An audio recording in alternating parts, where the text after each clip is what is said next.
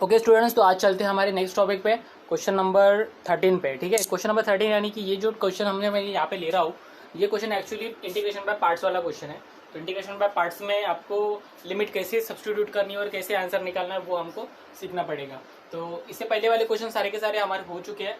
वो मतलब कुछ होमवर्क के लिए दिए थे मैंने, और वो सारे एग्जाम्पल्स आपको खुद करके देखना है, क्योंकि सभी के सभी इंटीग्रेशन का पार्ट है। एंड में तो आपको डायरेक्टली सब लिमिट ही पुट करना है और इजीली आंसर निकालना है, दूसरा कुछ भी नहीं है उसमें। ठीक है, तो अभी मैं 13 वाला क्वेश्चन लेने वाला हूँ, क्योंकि ये इंटीग्रेशन बाय पार्ट्स है। ये एक इंपॉर्टेंट टॉपिक है हमारे डिफरेंट इंटीग्रल का। तो देखिए, जैसे हम इंटीग्रेशन में प्रोडक्ट दिखते हैं तो हम प्रोडक्ट रूल लगाते हैं। प्रोडक्ट रूल लगाने के लिए हमको यूज करना पड़ता है LIAT यानी कि लीएट को। तो देखिए, इसमें कौन से फर्स्ट आएगी, ऑलजेब्रिक ट्रिग्नोमेट्रिक, यानी कि ऑलजेब्रिक फर्स्ट आएगी, तो यहाँ पे एक्स फर्स्ट होगा, तो एक्स फर्स्ट आ गया और इंटीग्रेशन ऑफ आ जाएगा साइन एक्स dx। कहाँ से कहाँ तक, 0 से लेकर π/2 तक। तो 0 से लेकर π/2 तक जो भी है आपको ये पूरा इस टर्म को देना है, 0 से लेकर π/2 तक, क्योंकि यहाँ पे x भी है तो x को भी लगाना है आपको 0 से लेकर π/2 तक। उसके बाद माइनस इंटीग्रेशन ऑफ 0 से लेकर π/2 तक, ब्रैकेट में आएगा डेरिवेटिव ऑफ x और integration of sine x dx और फिर से dx। तो ये टर्म आपके पास आ जाएगी। ठीक है, प्रोडक्ट रूल लगाने के बाद। तो उसके बाद यहाँ पे आ जाएगा x, और साइन एक्स का डेरिवेटिव क्या, सॉरी इंटीग्रेशन क्या आता है, cos x आता है माइनस cos x आता है। ठीक है, माइनस cos x आ जाएगा, और इसका पूरा लिमिट दे देना है आपको x 0 से लेकर π/2 तक। उसके बाद माइनस इंटीग्रेशन ऑफ 0 से लेकर π/2 तक, और ये dx का तो 1 हो गया, साइन x का माइनस cos x आ जाएगा dx, प्लस c1 नहीं देना है क्योंकि यहाँ पे आपके पास लिमिट है, तो c1 देने का नहीं है। उसके बाद यहाँ पे देख लीजिए, माइनस x cos x है हमारे पास, जहाँ पे लिमिट है 0 से लेकर π/2 तक। उसके बाद माइनस माइनस माइनस प्लस हो जाएगा, और cos x का इंटीग्रेशन आएगा साइन x, जहाँ पे लिमिट है 0 से लेकर π/2 तक। तो अभी पुट कर दीजिए, पुट कर देंगे तो यहाँ पे माइनस π/2 cos π/2 आ जाएगा, माइनस माइनस माइनस प्लस बन जाएगा। उसके बाद 0, ये तो 0 ही हो जाएगा, चलो छोड़ दो, वो 0 ही होगा। उसके बाद प्लस साइन π/2 माइनस साइन 0। ठीक है, तो देख लीजिए साइन π/2 है, साइन 0, cos 0 इज 1 होता है, तो cos π/2 इज 0, तो ये टर्म 0 हो जाएगी, ये भी टर्म 0 है। साइन π/2 1 होता है और साइन 0 0 होता है, तो आंसर आ जाएगा आपका 1 इस क्वेश्चन का। तो इस तरह से आपको इस क्वेश्चन को सॉल्व करना है, यानी कि इंटीग्रेशन बाय पार्ट्स को सॉल्व करना है। तो राइट डाउन दिस। एक और क्वेश्चन लेते हैं इसके इसी टाइप पे, ताकि आपको और भी ज़्यादा जो भी कंसेप्ट है इसका क्लियर हो जाए। तो क्वेश्चन नंबर 14 पे चलते हैं। तो question number 14 is also of the type of integration by parts. ठीक है, तो चलो इसको भी क्वेश्चन सॉल्व करते हैं। तो यहाँ पे x into tan inverse x से आपके पास दिखाई दे रहा है, तो हम LIAT का रूल यूज करेंगे। तो सबसे पहले तो आ आता है, यानी कि इनवर्स फर्स्ट आता है, तो हमने tan इनवर्स x को पहले लिया और इंटीग्रेशन ऑफ x dx दे दिया। ठीक है, उसके बाद माइनस और लिमिट देना है, कहाँ से कहाँ तक है लिमिट, तो लिमिट पूरे टर्म्स को देना है यहाँ पे, इसलिए 0 to 1 यहाँ पे दे देंगे। उसके बाद minus integration of derivative of tan inverse x और इंटीग्रेशन ऑफ x dx और पूरा dx, इस तरह से आ जाना चाहिए। ठीक है, तो ये हमारी पहली स्टेप यहाँ पे कंप्लीट हो जाती है। उसके बाद आंसर निकाल देते हैं, तो यहाँ पे tan इनवर्स x आ जाएगा, और x का इंटीग्रेशन तो आप सबको पता है x² हो जाता है, तो लिमिट यहाँ से 0 से लेकर 1 तक दे दो। उसके बाद यहाँ पे इसको सॉल्व कर देते हैं, तो tan इनवर्स x का डेरिवेटिव 1/1 प्लस x², और इसका derivative sorry integration x²/2 dx, और लिमिट यहाँ से देना है 0 से लेकर 1 तक, 0 से लेकर 1 तक। ओके, उसके बाद तो यहाँ पे 1/2 है, 1/2 सॉरी x²/2 लिख दीजिए, x²/2 tan इनवर्स x 0 से लेकर 1 तक। एंड में सभी को सभी पुट कर देंगे, तो तभी तक कुछ भी लिखेंगे नहीं। तो 2 को यहाँ पे 1/2 को मैं बाहर ले लेता हूँ, यहाँ पे 0 to 1 आ जाएगा, तो यहाँ पे x² divided by 1 plus x² है। तो क्या करना पड़ेगा, देखिए दोनों के दोनों, इसको यहाँ पे मैं +1 और -1 एडजस्ट कर लेता हूँ, ताकि इस क्वेश्चन को अच्छे से सॉल्व कर सकूँ। उसके बाद यहाँ पे x², चलो लिमिट पुट कर देते हैं, यहाँ पे 1 पुट कर देंगे, तो 1/2 और tan इनवर्स 1 यानी tan इनवर्स π/4 हो जाएगा। तो यहाँ पे π/4 लिमिट पुट कर देता हूँ, 1/2 tan inverse of 1 minus 0 put कर देंगे तो 0 ही हो जाएगा, तो ये लिखने की जरूरत नहीं है, बस इतना ही लिख दो।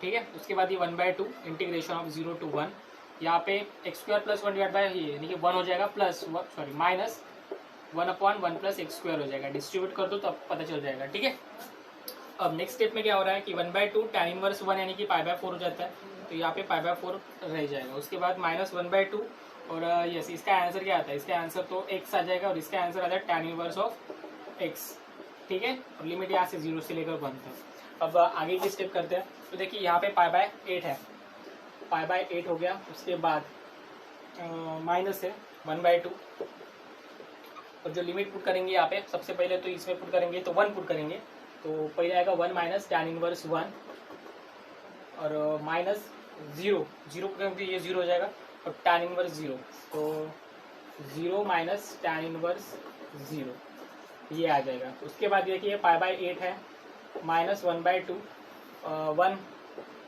माइनस tan इनवर्स 1 यानी कि π/4 हो जाएगा और ये टर्म तो 0 ही है कम्प्लीटली, उसको छोड़िए दो, ठीक है। उसके बाद π/8 -1/2 प्लस π/4 हो जाएगा, ठीक है।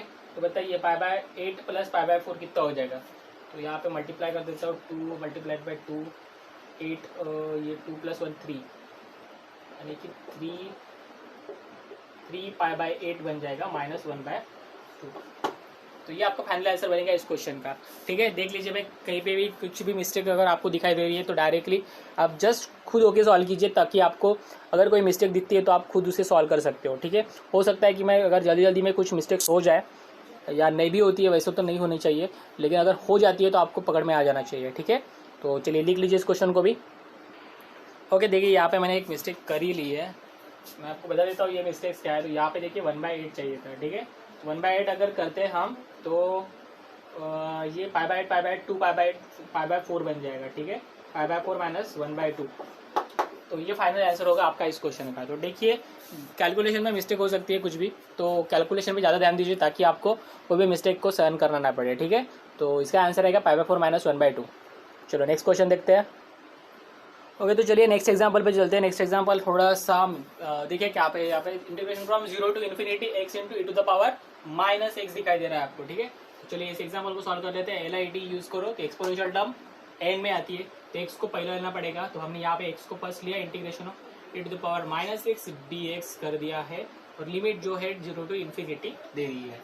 उसके बाद देखते हैं minus of integration from 0 to infinity, integration derivative of x आ जाएगा और इंटीग्रेशन में e to the power -x dx और dx ऐसे देना पड़ेगा, ठीक है।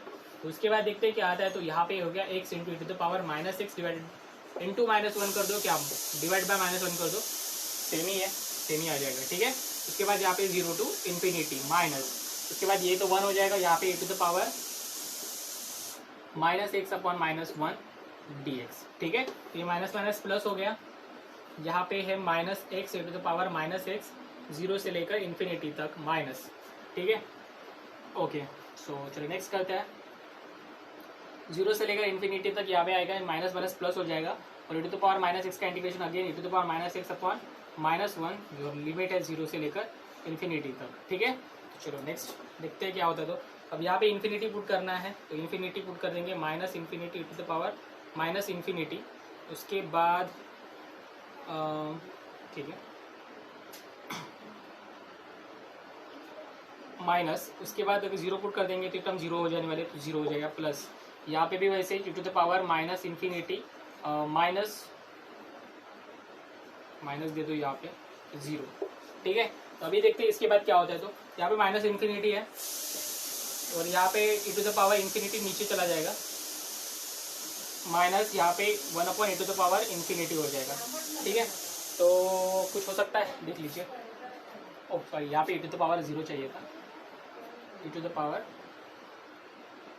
-0 यानी कि 0 दे दो, ठीक है। तो इस तरह से टर्म आ गई और यहाँ पे -1 आ जाएगा, e टू द पावर 0 यानी कि 1 होता है, ठीक है। ओके, देख लीजिए अभी यहाँ पे minus infinity divide by e to the power infinity है, ठीक है। देखा जाए तो यहाँ पे divide by e to the power infinity अगर होता है तो डायरेक्टली ऐसी टर्म आपके पास आती है, तो इसका आंसर डायरेक्टली 0 लिख दो। इन्फिनिटी बाई इन्फिनिटी हम वैसे तो ये नॉट डिफाइंड, यानी कि इसको डिफाइंड ही नहीं कर सकते हम, लेकिन अगर ऐसी केस अगर आपके पास आती है तो इसका आंसर 0 लिख दो डायरेक्टली, क्योंकि डिनोमिनेटर में भी इन्फिनिटी आ रहा है, ठीक है। ऊपर तो इन्फिनिटी आ रहा है लेकिन ये डिवाइड बाई इन्फिनिटी आ रहा है, तो 1/इन्फिनिटी का मतलब ही 0 होता है और 0 के साथ कोई भी चीज़ हम मल्टीप्लाई कर देते तो वो 0 बन जाती है, तो इसलिए हम इसको 0 कंसिडर कर रहे हैं, ठीक है। लेकिन अगर मुझे कहा जाए तो मैथमेटिकल में ऐसा कोई भी फंडा नहीं है, तो यहाँ पे इन्फिनिटी को डिफाइन किया जा सकता है, ठीक है। तो लेकिन जस्ट हमको सॉल्व करना है इस क्वेश्चन को, तो इसका आंसर ही जीरो ही आएगा, ठीक है, जीरो ही पकड़ना है इसको। उसके बाद ये जीरो हो गया, उसके बाद माइनस 1/इन्फिनिटी है, e to the power infinity है कि इन्फिनिटी होता है, 1/इन्फिनिटी अगेन जीरो हो गया, और ये माइनस माइनस प्लस होके 1 हो गया, तो यहाँ पे इसका आंसर मिल जाएगा आपको +1। इस तरह से आप इस क्वेश्चन को भी सॉल्व कर सकते हो, ठीक है। तो ये बहुत ही इंपॉर्टेंट क्वेश्चन है, आप अच्छे से देख लीजिएगा। अगर ये क्वेश्चन आपके पास पेपर में आता है तो जस्ट ये फंडे याद रखिएगा। यहाँ पे इन्फिनिटी कंफ्यूज नहीं हो रहा है, क्योंकि आपको पता है कि इन्फिनिटी के साथ अगर ऐड करते हैं, मल्टीप्लाई करते हैं, जो भी करते हैं हम, तो क्या होता है आंसर डेफिनेटली इन्फिनिटी आता है। लेकिन यहाँ पे डिवाइड बाय इन्फिनिटी हो रहा है, इसलिए मैंने यहाँ पे इसका आंसर जीरो लिखा है, ठीक है। बाकी क्वेश्चन जब भी डिवाइड बाय इन्फिनिटी आता है, क्योंकि 1/इन्फिनिटी इज इक्वल टू 0 होता है, ये हमें पता है, तो अगर जीरो के साथ कोई भी चीज़ मल्टीप्लाई कर देते तो आंसर जीरो ही हो जाएगा, इसलिए मैं इसका आंसर जीरो लिख रहा हूँ। अदरवाइज अगर कोई मल्टीप्लीकेशन में होती दोनों चीज़ें, तो मैं डायरेक्टली उसको इन्फिनिटी कहते था, ठीक है। ये जीरो हो गया, ये जीरो हो गया, और ये माइनस माइनस +1 हो गया, तो इसका आंसर आएगा +1। सो राइट डाउन दिस। आज के लिए बस इतना ही। हम कल पढ़ेंगे क्वेश्चन नंबर 2, जिसमें सब्स्टिट्यूशन मेथड कुछ यूज़ करना पड़ेगा। तो आज के लिए बस इतना ही, इसे लिख लीजिएगा। Thank you so much for watching.